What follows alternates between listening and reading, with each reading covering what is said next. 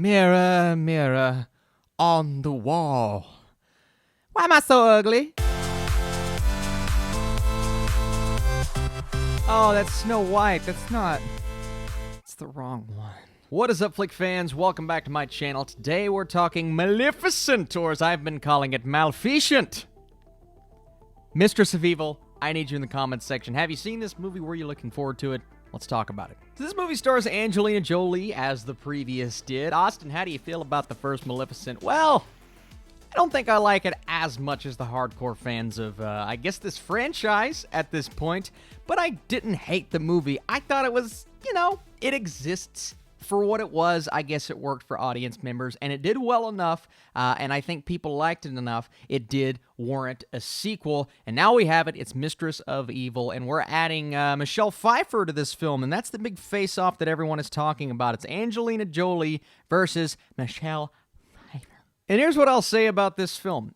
I actually like it better than the first. Now, that's not saying a lot. I still don't love the movie, but I do think fans are going to be satisfied. Jolie brings it in this film. She brought it in the last movie. She was the reason why I felt the way that I felt about the good parts of the first film. And I think she is even more just engrossed in this character at this point because she is everything, man. You talk about an actor or actress carrying a film on their shoulders. She carries this movie on her wings. Boom! I also like it because it built on the original premise. It goes in a direction that, at this point, you're not having to deal with the source material. One thing I didn't love about this first is how it strays so far away from what we loved about the original story, and I'm like, I don't know if that necessarily worked. But now that they've established who this version of Maleficent is, they can carry her in whatever direction they want as long as it's well executed. And while the execution here wasn't perfect, I'm not going to say it was bad. It was well done. It looked nice. I thought the directing was pretty solid. I did see some clear issues, especially in the third act, mostly due, and something that I'm rarely complaining about in movies, with the stunt work and the special effects. There were moments when I'm noticing certain characters maybe landing, and you could tell that there was supposed to be a green screen platform there, and the way that their feet are stepping, I was just like, that's sloppy stunt work. And that's kind of rare for a movie like this. Keep in mind, I'm complaining about things that no one's going to care about. All you guys care about, all you're going to see in this movie is Maleficent, and she is good. Now, Michelle Pfeiffer is in here. She is present. One thing I was looking forward to personally was to see that face-off, like I said, and that face-off is really good. They don't share as much screen time as I would have wanted them to share, and in the third act of the film especially, it feels like all of my complaints are spawning from that third act, even though it was epic, and I liked that. Michelle Pfeiffer's line delivery was a bit flat. It felt like at that point she had just checked out, and I know they don't film the movie in order, but I'm just like, that's not working for what you're going for. But it did bring kind of a Game of Thrones flair. You have all of these different groups of people kind of battling it out because that's what they feel is necessary at this point.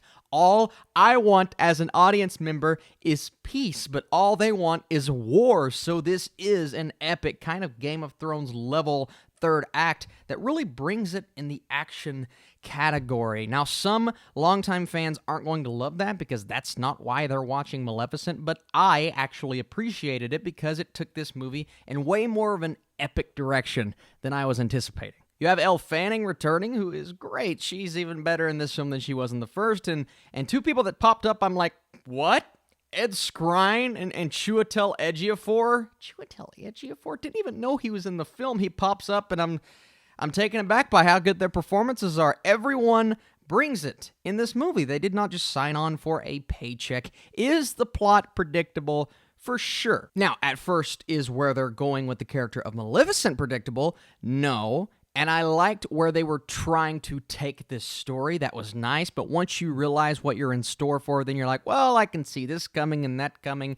But once again, I do think this is going to appease fans of this franchise at this point. A lot of truly gorgeous cinematography, some colors that worked really well for me, lots of subplots that felt overwhelming, overbearing at times, because when we're focused on the thing that I was most excited about, and that is the character of Maleficent, we're constantly cutting back to other characters, these little CGI creatures that looked okay for what they were going for, but I just didn't really care about that element. I know it's fantastical. A lot of these things are for kids, and kids are going to love it for sure, so it hits that target audience, but I'm just sitting back going, yeah, it's fine. Let's get back to what I'm paid the money for. Here's what I'll say. I have my complaints. I'll have my nitpicks. If you like the first one, I think you're going to like this one more. If you love the first one, I think you're going to love this one just as much. And if you didn't like the first one, I still say give this one a chance. Is it a hard recommendation?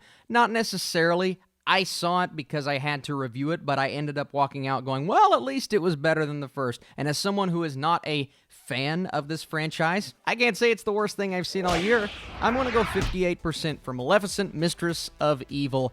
Some clear issues, very cliche elements for sure, some side plots and characters that I just did not care about, but the first two acts had solid pacing. The third act was epic, full of flaws. I do think people are going to end up really enjoying this movie, though. Thank you so much for watching this video. Hey, did you enjoy this review? Have you enjoyed my other reviews this week? Zombieland Double Tap is on this channel right now. And tomorrow, Netflix. Lots of movies dropping, lots of reviews coming out on this channel. Be sure to stay tuned. And if you enjoyed this video, be sure to leave it a thumbs up. It absolutely helps out this channel. You guys are truly the best. Thank you for watching. I'll see you soon.